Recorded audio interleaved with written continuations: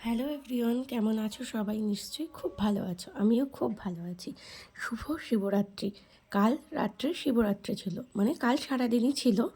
তো অনেকে তোমরা আছো যারা 4 প্রহর ধরে বাবার মাথায় জল ঢেলেছো, আবার কেউ কেউ হয়তো দিনের বেলায় বা সন্ধ্যাবেলা গিয়ে জল ঢেলে এসেছো আমার মতো। তো আমার বাড়ির সামনেই শিব মন্দির, আর শিব মন্দিরের পাশেই আছে মা শীতলার মন্দির। দুটো মন্দির একদম পাশাপাশি।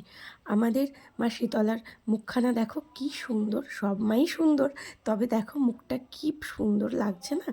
আমি আর মেয়ে জল ঢালতে চলে গেছিলাম। মেয়ে তো আমার পেছন পেছন, আমি যেখানে যাই সেখানেই চলে যায়।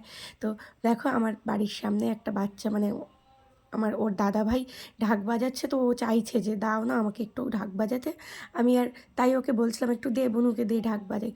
ও ছোট হলে কী হবে, খুব সুন্দর ঢাক বাজায়। মন্দিরে যেহেতু ঢাক বাজানোর তেমন কেউ নেই, তো ওই ঢাকটা বাজায় যখনই হয়, মানে পুজো হয়, তখন ওই ঢাক বাজাতে খুব ভালোবাসে, আর খুব ভালো বাজায়ও কিন্তু।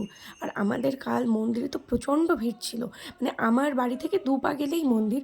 তবে আমি গেছি 7টার সময়, এসেছি 9টার সময়। এত ভিড়, এত লাইন বাড়ির সামনে বলেই তো আর শেষে গিয়ে সবার আগে জল ঢালতে পারি না, ওই জন্যে দেরি হয়ে গেছে। এদিকে মেয়েও ঘ্যান ঘ্যান করছে, থাকবে না, হ্যাঁ বাড়ি আসবে।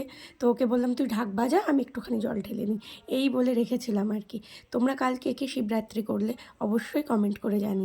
আর কাল তো মহাকুম্ভও শেষ হয়ে গেল, শিবরাত্রিতেই শেষ স্নান ছিল। তো হর হর মহাদেব।